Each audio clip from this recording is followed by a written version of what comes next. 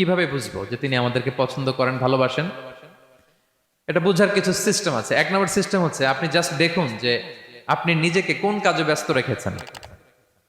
আপনি আপনাকে কোন কাজে ব্যস্ত রেখেছেন, আপনার লাইফস্টাইলের দিকে তাকান, লুক অ্যাট ইউর লাইফস্টাইল, আপনি নিজেই বুঝে যাবেন। আপনি যদি দেখেন যে না, আপনার ভালো ভালো কাজে আপনার ব্যস্ততা, আপনার এঙ্গেজমেন্ট ভালো লোকদের সাথে, আপনার সার্কেলটা ভেরি গুড সার্কেল, ভালো কাজে আপনার মন টানে, আপনি ভালো কাজ করেন, যদি আপনার কার্যক্রম এরকম হয়, তাহলে বুঝে নেবেন আল্লাহ তাআলা আপনাদেরকে ভালোবাসেন। আলহামদুলিল্লাহ। আর যদি দেখেন না, যত আকাম কুকাম আছে ওইটার সবার আগে আপনি, যেই কাজে আল্লাহর ক্রোধ আসে, আল্লাহ রাগ হয়ে যান, যেই কাজ ইসলামে করার নিষেধ, যেটাতে তার অসন্তুষ্টি, ওই কাজে আপনার এঙ্গেজমেন্ট, ইনভলভমেন্ট, আপনার সার্কেল গুলাও এরকম, তাহলে বুঝে নিবেন আল্লাহ ভালোবাসা, এই মহা সৌভাগ্য আপনার কপালে জোটে নাই। তাহলে এটা হচ্ছে একটা সিস্টেম।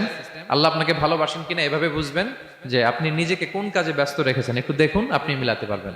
দুই নাম্বার পদ্ধতি হচ্ছে এটা বোঝার যে তিনি আমাকে ভালোবাসেন কিনা, সেটা হচ্ছে পৃথিবীবাসী আপনাকে